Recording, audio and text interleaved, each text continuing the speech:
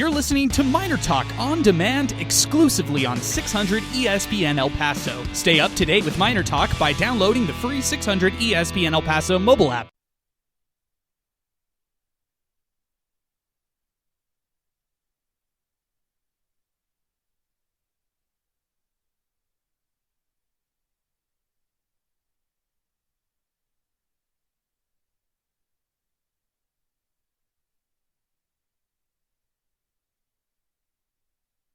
All right, welcome back. MinerTalk is live. This is the bonus MinerTalk edition presented by the Oscar Arieta Agency along with Jason Craig and UTEP Zay. Oh, man.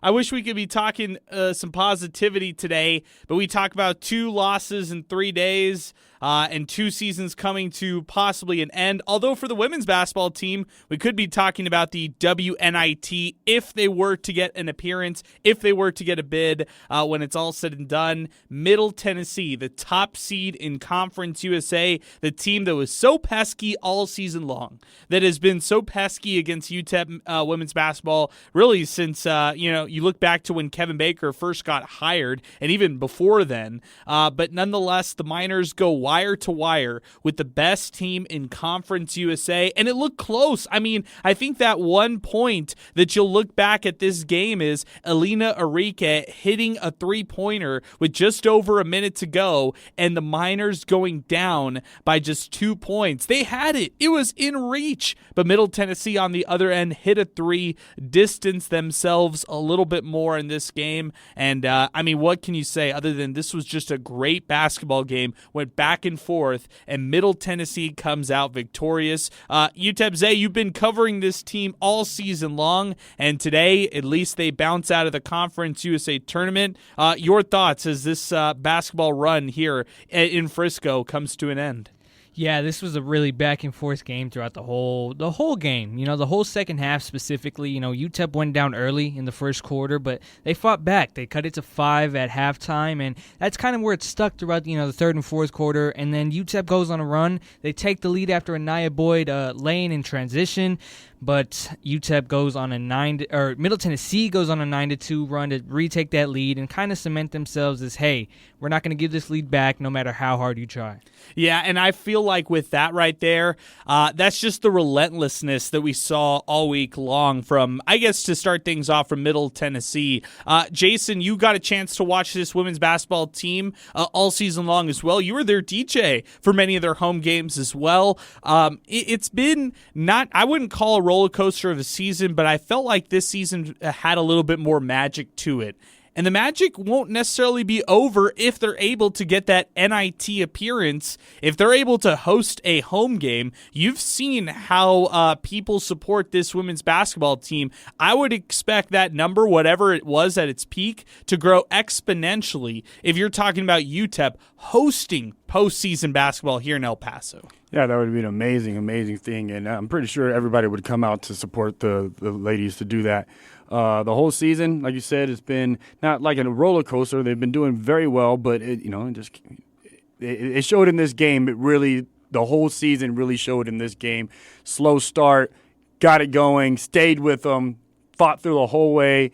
You look at the box; it was pretty much even the whole game except for that first quarter, and that's what that's where they submitted themselves. Middle Tennessee, put their stamp on them. For the rest of the game, you can do whatever you want, but they already had you in the first quarter. Yeah, and that's kind of the difference of the game right there. I'd also say when you look at the difference of the game as well, that 3-point percentage, it's so tough, right, Zay? Because UTEP has shown in games they can shoot well, but today it just wasn't that night. 3 of 14 from beyond the arc. Granted, Middle Tennessee wasn't much better. They just kept attempting a lot more, and they hit 8 when it was all said and done. They go 8 of 33 from 3-point range, and they made them when it counted. That's what I think. That's the thing that we'll look back on this game is Middle Tennessee. Whenever it mattered most, they seemed to make that big shot, even if it was from beyond the arc.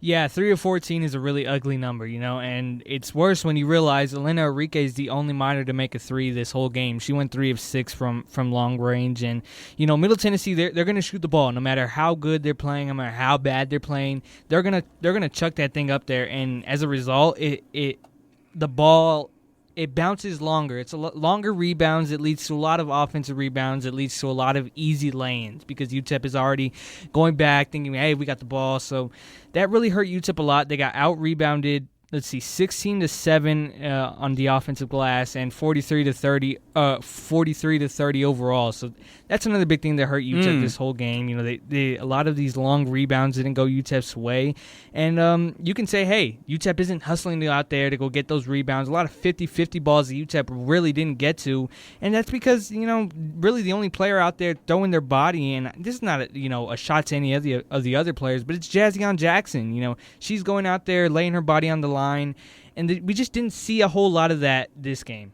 Yeah, that's a little disappointing, right? Because she finishes this game with 5 points, scores 2 of 8 from the floor. But you mentioned the defensive side, and I think that's where we should definitely highlight things the most. She had 2 steals in 38 minutes of action, but maybe could have done a little bit more to be a little bit more physical down low when they just need it. And you heard many times Steve and both John call for that second player to help out when it was a double. They just need to help out on defense. That help defense, I think, was lacking from UTEP in this one. And you mentioned the rebounds. You mentioned what was going down for Middle Tennessee. Well, how about the points in the paint? They scored 30 points in the paint in this one, and for UTEP, just defending that paint was real difficult throughout this matchup.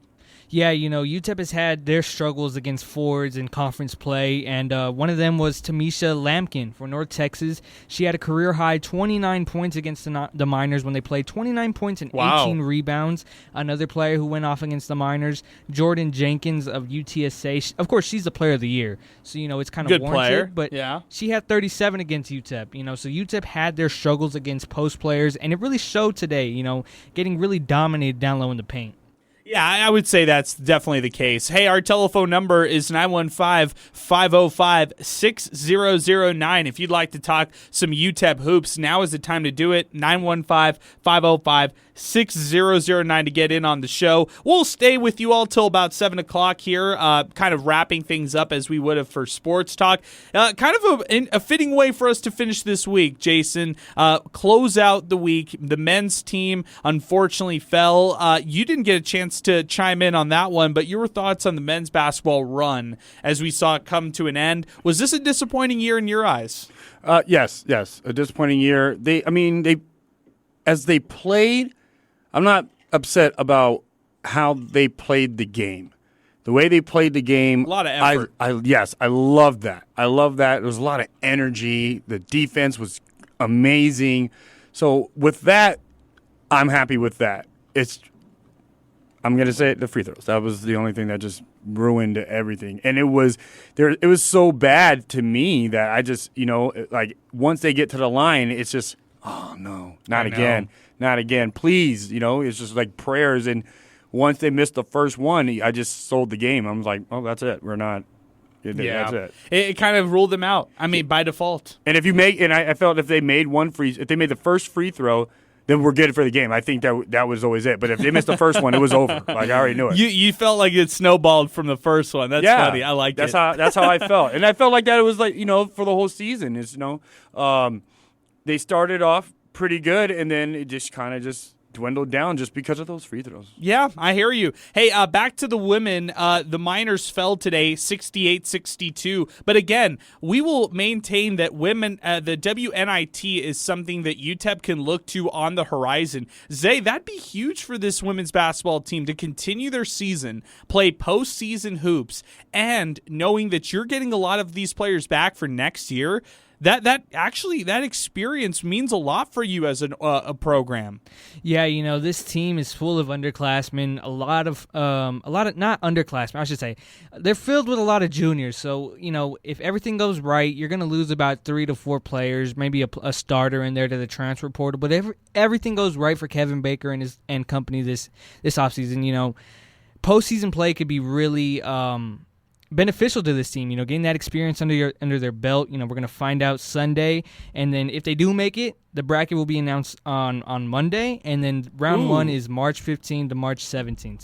So it's coming up real soon. Yeah, it's coming up soon. Wow. So, hey, mark your calendar. That means next week, which, by the way, everybody already has spring break. There's really no excuse for people to miss out unless they're out of town. But next Wednesday, Thursday, Friday, possibly could be a home WNIT game at the Haskins Center. How exciting is that, Zay? That's really exciting. You know, a lot of people don't get the chance to go out there and see the women play, but they're a really fun team to watch. You know, they score in bunches. You know, they get on little 6-0 runs here and there, and they turn the opposing team over a lot. They're a really fun team to watch, and hopefully, if they do make the WNIT and it is a home game, you pack the dawn. Yes, you do. You try to get as many people in the Haskins Center as possible. I would look at that as kind of how the Chapin and Parkland community, along with El Paso, showed up for that regional semifinal matchup to watch those two teams go at it at high school basketball. Drew a great crowd.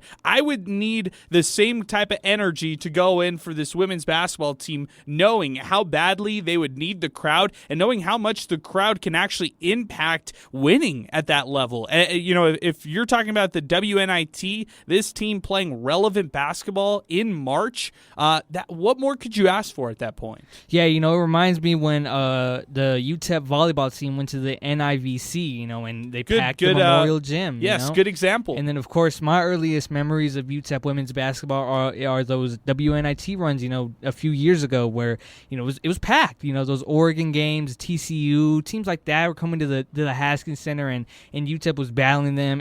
Those are fun memories for me, and I hope if UTEP makes the WNIT, I hope it's a packed crowd because this team deserves it. They deserve it. That's a good way to describe it. Hey, our telephone number here on the show, 915-505-6009. That's our telephone number to get into the show, 915-505-6009. Yeah, the last time they went to the WNIT, you'd look back to 2015, 2016. Actually, my first season covering the Miners, and that year they took on teams like Abilene Christian, Arkansas State, TCU, and all three of those matchups they actually hosted, and then they closed it out with a loss to Oregon. A lot of fans will remember that illustrious run by that squad and what that UTEP basketball team did. But that's going to be the one that goes down in the books as the last time the UTEP get out of the WNIT. They had a magical run in 2016, a 71-67 loss to Oregon.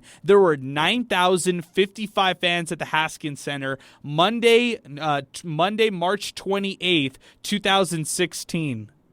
Yeah, I remember that. I remember, the Oregon game, and then I remember 2 years prior when they even had a crazier run to the WNIT championship, and those are really fond memories for me. Falling to Rutgers, that was tough, but I remember the Final Four game against South Dakota State. It's a packed crowd, a close win, and I remember me and my dad leaving, trying to get tickets to the next game.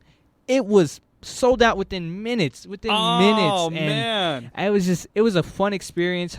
I don't know if they're going to make it all the way to the WNIT championship, but this team is really good, and I can keep saying it. You got to watch this team one more time if you get the chance. I like it, Zay. I would also say with that 2016 run, they actually won Conference USA. They were regular season champions, 29-5 that year. They finished the year with 29 wins. That was actually a program record. And the fact that they got those 4 games in the NIT, the WNIT, that allowed them to get that, that historical record at that point. So, it's just really cool right there to see overall. Let's see what ends up happening if the Miners get a chance to make an NIT or to get an NIT bid, and if that's the case, can the Miners end up hosting one here at the Don Haskins Center? Our telephone number as we continue here on the show, 915-505-6009. We'll stay with you here until 7 o'clock talking UTEP women's basketball. We've got end of the season awards by Zay.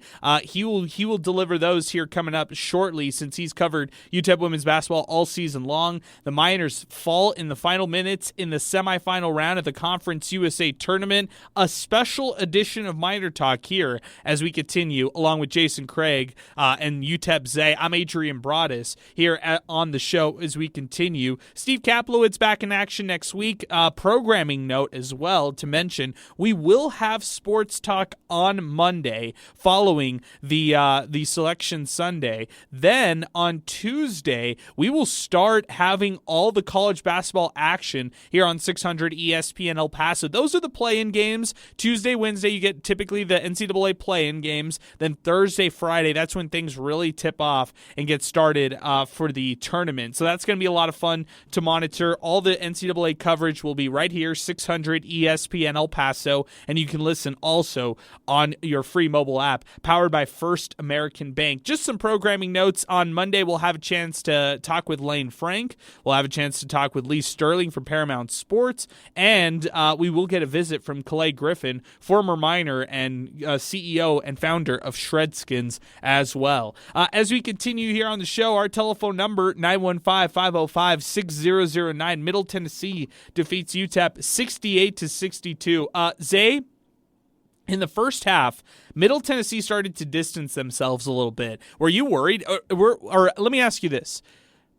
In the first parts, when this UTEP team drops in games, are you ever worried as you've seen this team?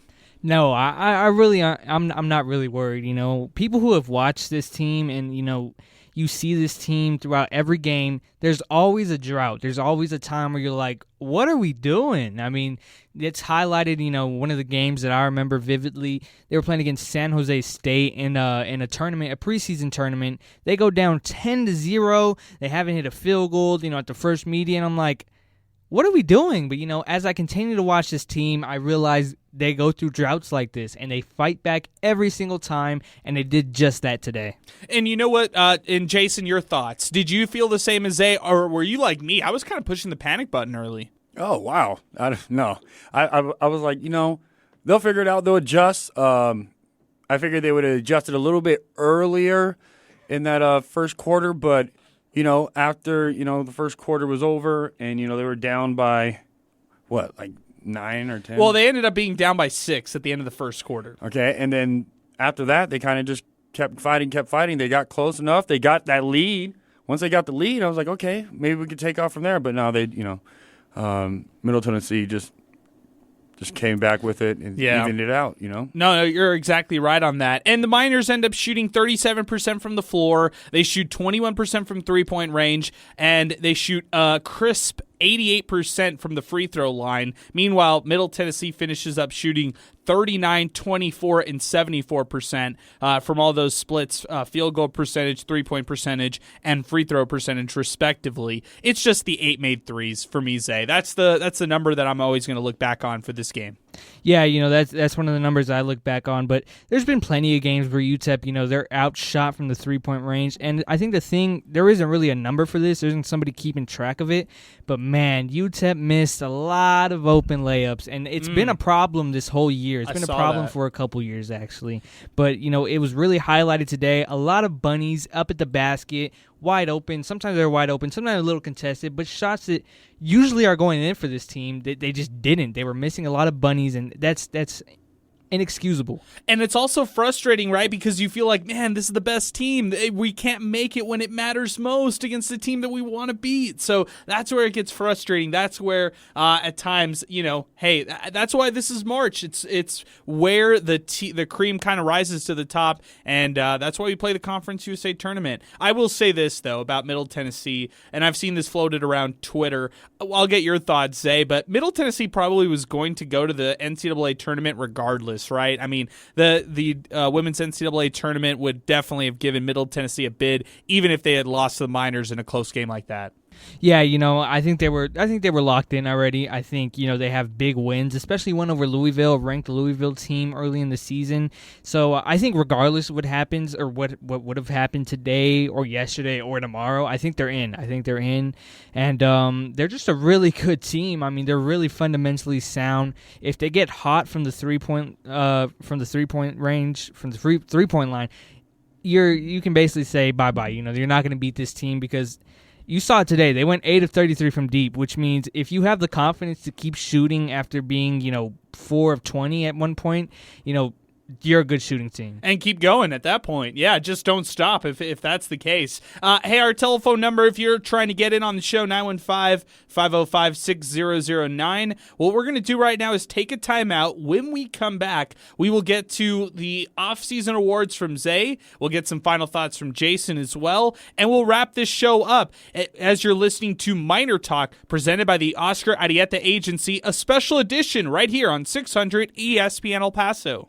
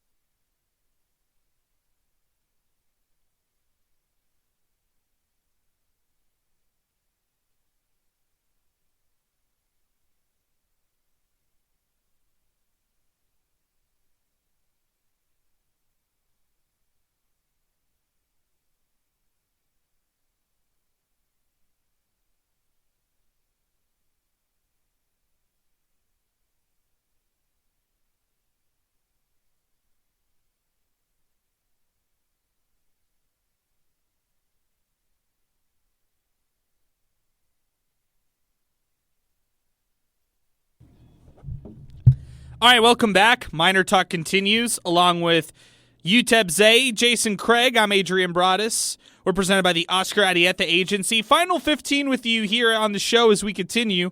And let's get back out to the co-host, Miner Talk. He's joining us on location today. Sal, welcome back on the show. The UTEP women's basketball team fell in what was a tightly contested matchup. Middle Tennessee wins 68-62. But I guess the shimmer of hope here, Sal, is the fact that the Miners might get a chance to play in the WNIT. I know you remember those days very well. How cool would that be if they played some postseason hoops? Man, that would be amazing. Adrian, shout out to Jason, shout out to Zay, holding things down. And of course, you, Adrian, always killing it. But yeah, for the women, it would be amazing, right? If they can get, some more basketball games to play, especially because I think they've shown time and time again that a crowd is going to show up. Now, we know that early on, it's not going to be as packed as it would in a, semifinal or whatever the case is, but they've shown that they could get there. And one of the things, and I'm glad I was proven wrong, is when Keitha Adams was the head coach. And to my ignorance, silly 15-year-old me, right? But she said, I would love to see this arena sold out for a women's game. And I thought, there's no way that's happening. Lo and behold, not long after that, they're selling it out. In the Haskins Center. It's possible. You know what I mean? And the commonality between the women's team and, I don't want to say it was new, so to speak, but it was something that fans hadn't seen before, which was postseason basketball in El Paso for the women's team. And they went out there and they showed up. So as long as they survive and advance in any tournament they're in, really, the fans are going to get there. And I think that's something that this team really, really deserves. Coach Baker and staff deserve as well. But today, Adrian, falling short, and I know the box score doesn't really tell the full story. 6-point loss.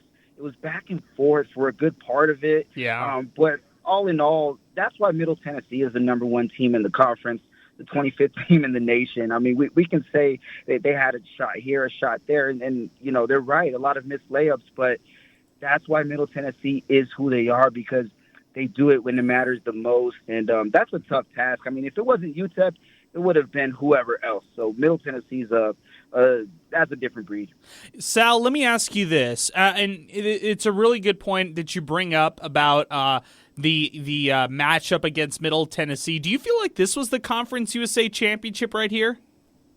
You know what? In a way, it kind of was, because we've seen these two teams split, and this being really the rubber match between the two. And guess what? It was a tight one, as you would expect between UTEP and Middle. Miners got the first one at home. We know what happened last Saturday, and UTEP falls short of the number one team in the conference. But if you ask these two coaches going into this one, what do you expect? They're going to say it's going to be a tight one all the way to the very end. Somebody's going to have to be efficient down the stretch, and Middle Tennessee just had a good chunk of players doing that.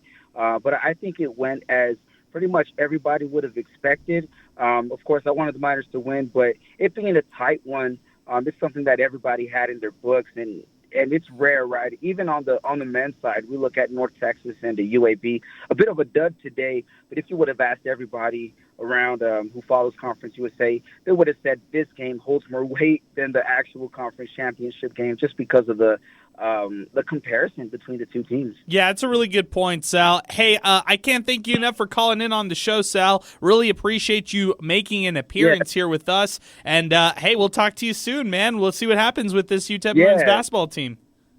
Yeah, for sure. And before I dip out, I got to do it. Everybody, I'm at the Lowbrow Palace right now with my wife. We're representing Purse-Fine. Come support us. We'll be out there and have some good fun. So, I had to throw that in there. Hey, you definitely had to throw that out there, Sal, and I'll throw this out there.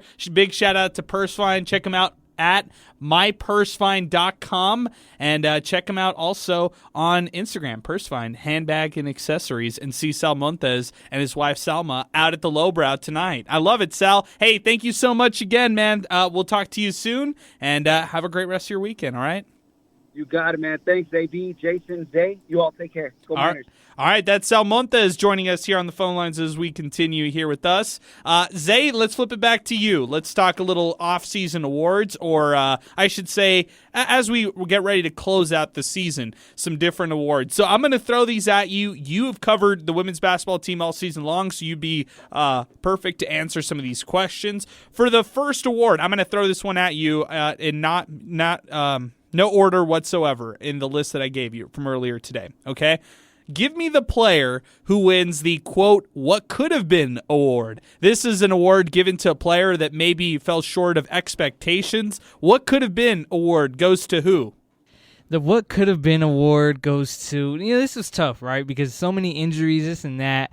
I'm just going to go with someone who wasn't injured whatsoever, who really, they just fell out of the rotation, and it's, she's not even on the roster. Oh, wow. Tonight Marks, Georgia Southern transfer, a forward. She has the size. I thought she played good. She was a good defender, but she just never found her way into the rotation after, everybody came back. After Enrique came back, after Tack, found herself. She never came back, and, it looks like she's off the team. I mean, she's not on the roster anymore. Very interesting there. I thought you might have gone the Katia Gallegos route and said what could have been if Katia Gallegos was still on the team. But I like the route that you went with a current player on the team that just was unavailable when the year wrapped up. Great award right there, Zay. Let's keep it moving. Let's go with a more positive one.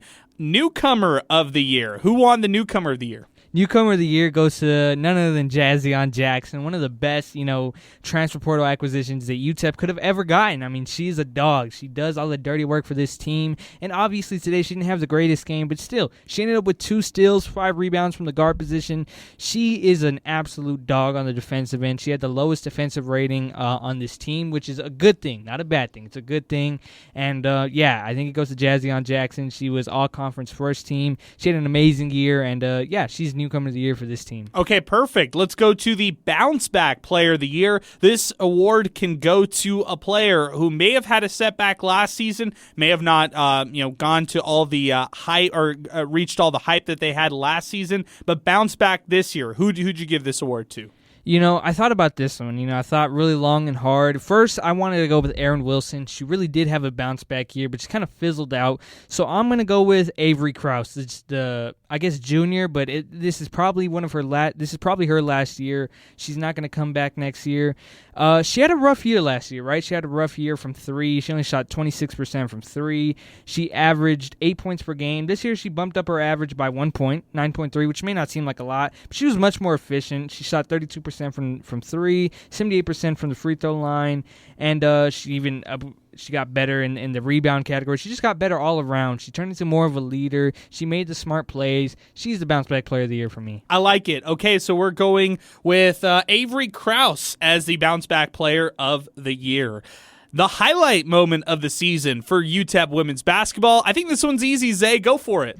Yeah, this one was probably the easiest one for me. Jazzion Jackson's game-winning, buzzer-beating 3 to upset then 21st ranked Middle Tennessee, and the Miners were without they were without half of their team that game. They still were able to pull it out. That's the moment of the year for me. Yeah, I think that's the moment of maybe the last 3 years, maybe even a top 5 moment of the Kevin Baker era when it comes to UTEP basketball, and a top historical moment when you talk about UTEP basketball in general, because first time they beat a ranked team. So love that highlight moment of the year, and now that brings us to the 2024 MVP. Not this year's MVP. Who's going to be next year's MVP, Zay?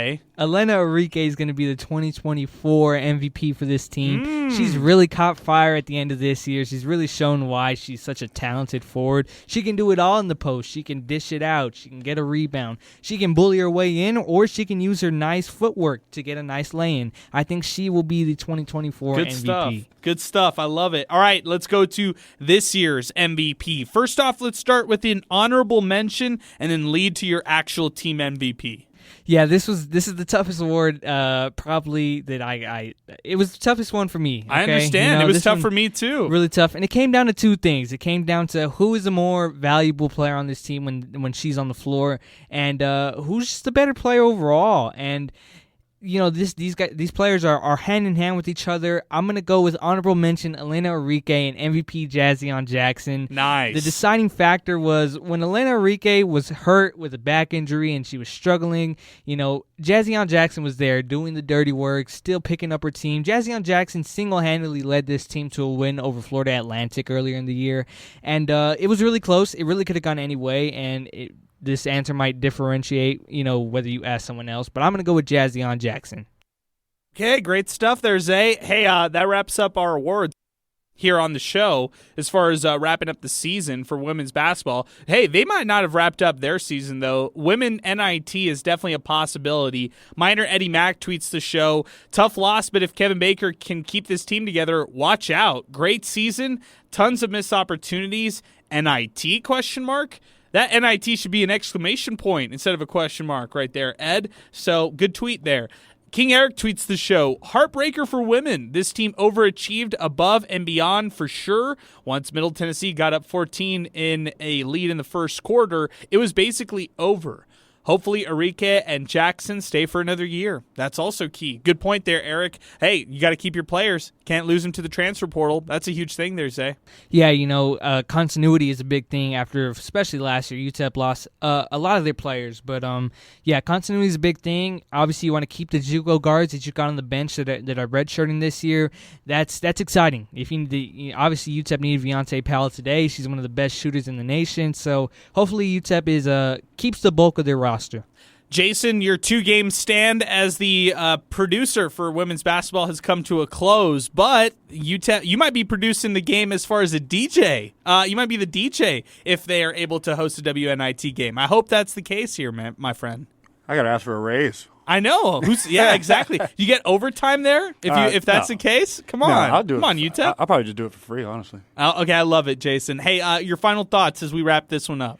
Yeah, I just got to give it up to the girls, man. They just really, really killed it this year. I'm so proud of them and watching them grow. You know, like you guys said, last year lost a lot of the team, and this year they came in there. I was really worried at the beginning of the season, but they came in swinging. So I'm very, very, very happy for this season, and if they can keep this team together for next season, oh man. Yeah, it just shows it's sky's the limit right there. Hey, that'll do it for us here on a bonus edition of Miner Talk for UTEP Zay. For Jason Craig, I'm Adrian Broadus saying so long. Have a great weekend, everybody. We'll be back Monday at 4 here on 600 ESPN El Paso.